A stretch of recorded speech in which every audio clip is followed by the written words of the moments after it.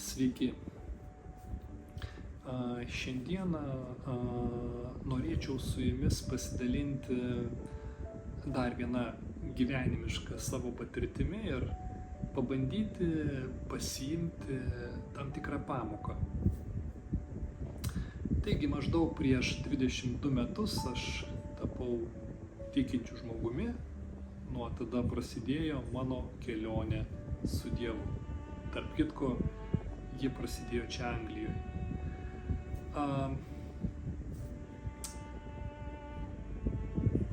Įvyko tai, kad pas mane atvyko mama, kuriam laikui pasisvečiuoti.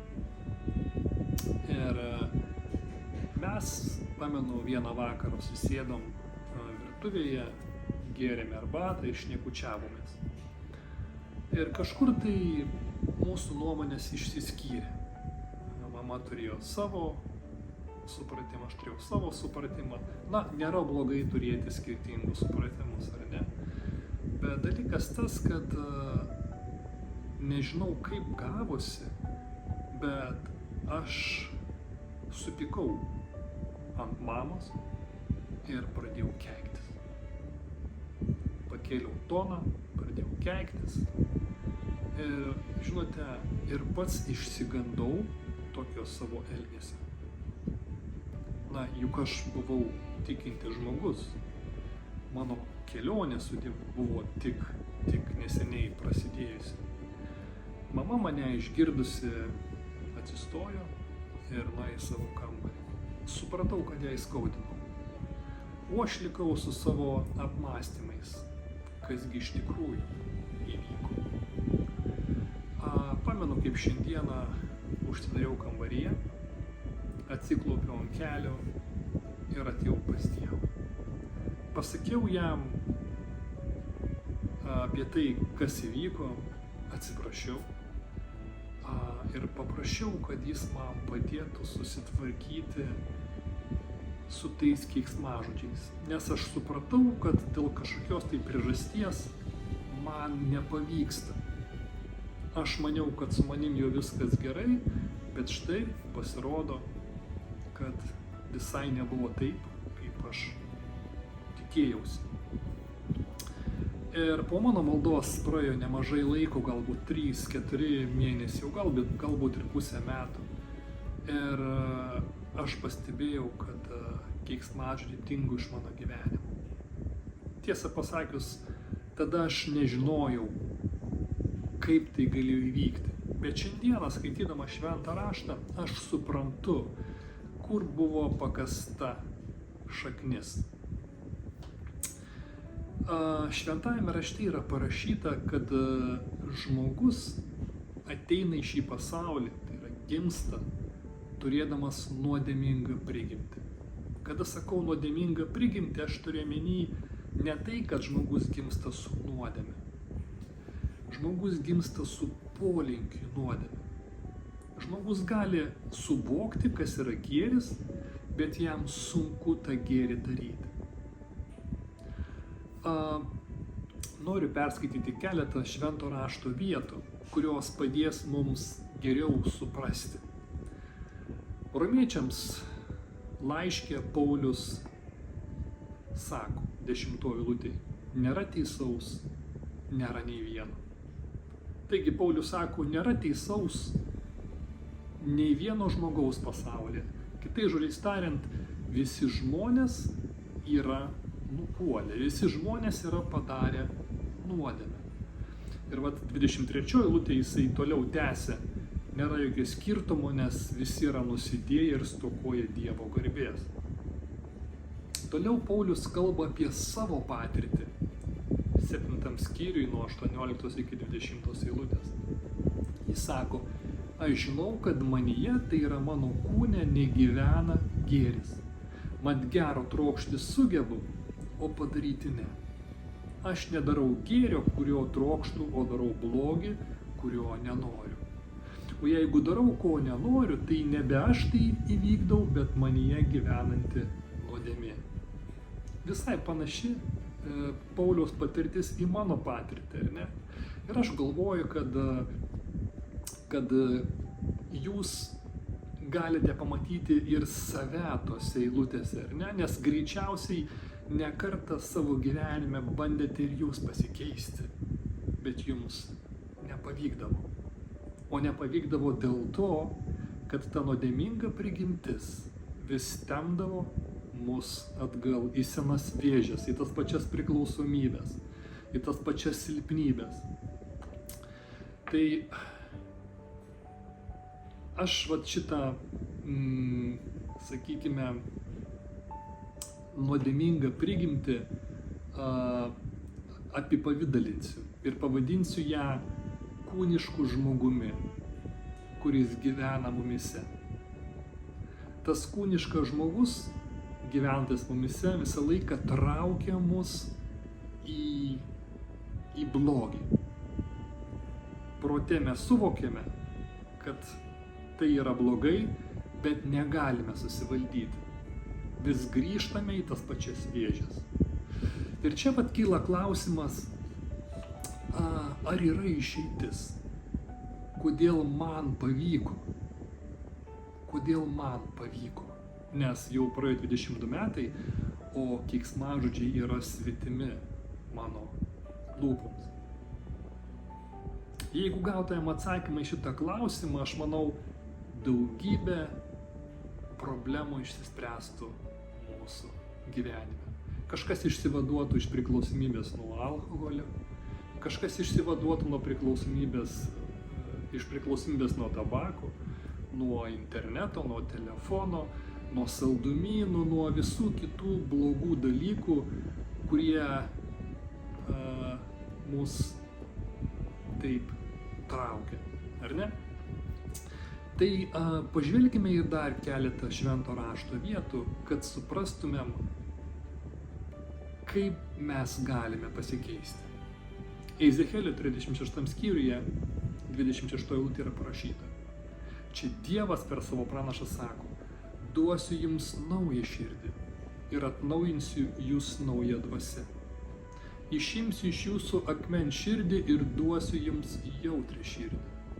Matote, čia Dievas kalba apie tai, kad žmoguje yra akmeninė širdis. Ir ta akmeninė širdis būtent simbolizuoja tą kūnišką žmogų, kuris gyvena mumise ir traukia mus į blogį. Bet čia Dievas pažada, kad duos naują širdį ir ta širdis bus jautri. Dabar kaip įvyksta tos naujos širdies davimas? Turbūt mums praktiškai tas klausimas rūpi. Toliau, kada skaitome antrą laišką Korintiečiams 5 skyrius 17 eilutę, mes matome Pauliaus žodžius. Jis sako, tai, kas yra Kristuje, tas yra naujas kūrinys. Kas buvo sena, praėjo, štai atsirado nauja. Taigi mes matome, kad ta nauja širdis, kurią Dievas pažadėjo žmogui duoti, ji yra susijusi su jo sūnumi Kristumi, tai yra Jėzumi Kristumi. Nes Paulius sako, kas yra Kristuje, tas yra naujas kūrinys. Ir sako, kas buvo sena, visi mūsų blogi įpročiai, visos mūsų blogos charakterio savybės, ar ne, viskas liko mums už nugaros, ar ne? Sako, štai atsirado nauja. Taigi, mes matome, kad buvimas Kristuje sukuria mumise naują širdį. Bet ką reiškia būti Kristuje? Pažvelkime į dar vieną eilutę Kolosiečiams, laiškas Kolosiečiams, 2 skyrius nuo 1 iki 3 eilutės. Čia Paulius sako, tad noriu, kad jūs žinotumėte, kaip man tenka kovoti už jūs, už laodikiečius ir visus, kurie nėra matę mano veido, kad būtų paguostos visų širdis, kad meilę suvienyti visi pasiektų supratimo pilnatvės turtus ir galėtų pažinti Dievo slėpinį Kristų, kuriame slypi visi išminties ir pažinimo lobiai. Taigi, ką mes matome? Mes matome Pauliaus mintį apie tai, kad Kristuje slypi visi pilnatvės lobiai. Ir jisai sako, kad galėtų pažinti Dievo slėpinį Kristų. Taigi tie pilnatvės turtai, prieinami žmogui, ateina per Jėzaus Kristaus pažinimą. Kada žmogus supranta, kas yra Jėzus Kristus, ką jisai padarė ant kryžiaus, kodėl jis tai padarė, tada po žmogų atsiranda tikėjimas. Tada žmogus supranta gyvenimo prasmę. Tada jisai pradeda matyti platų paveikslą, kurio anksčiau nematė. Bet svarbiausiai per tą tikėjimą pas žmogų ateina naujas dvasinis žmogus. Tai yra, pas žmogų apsigyvena naujas dvasinis žmogus. Pamenat, anksčiau minėjau, kad pas žmoguje gyveno kūniškas žmogus, kuris tempia žmogų į blogį.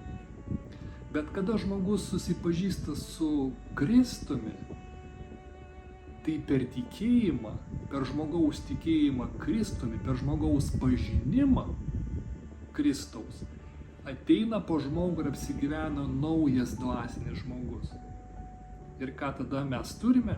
Turime du žmonės gyvenančius mumise. Kūnišką žmogų ir dvasinį žmogų.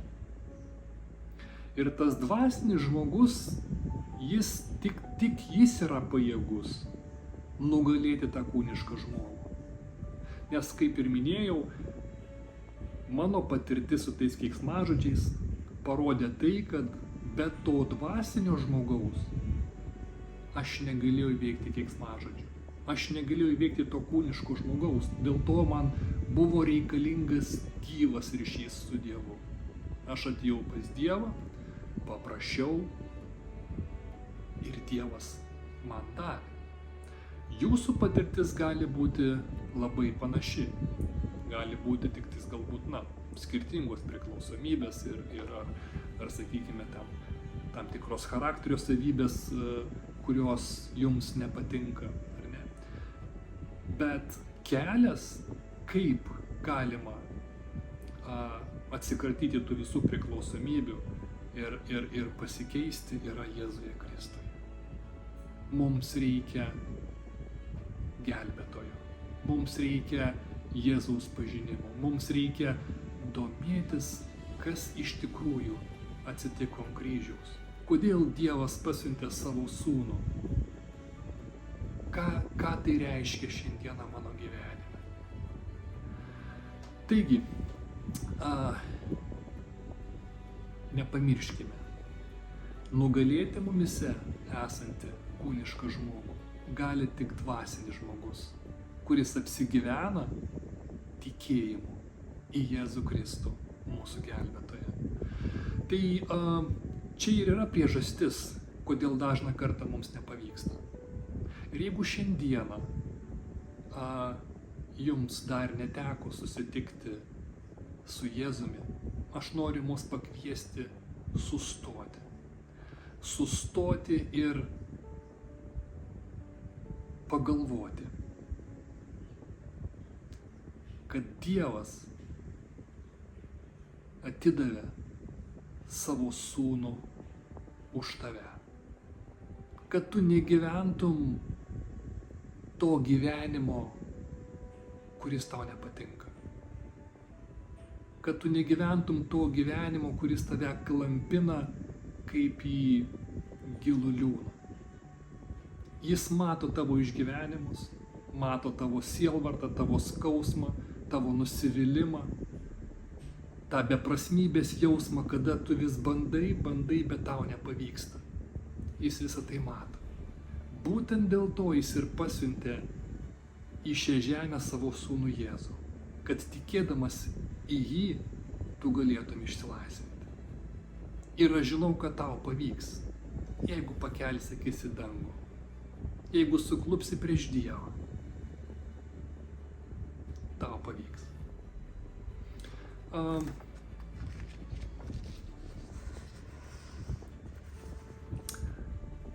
Tikiuosi, kad tas pamąstymas buvo naudingas.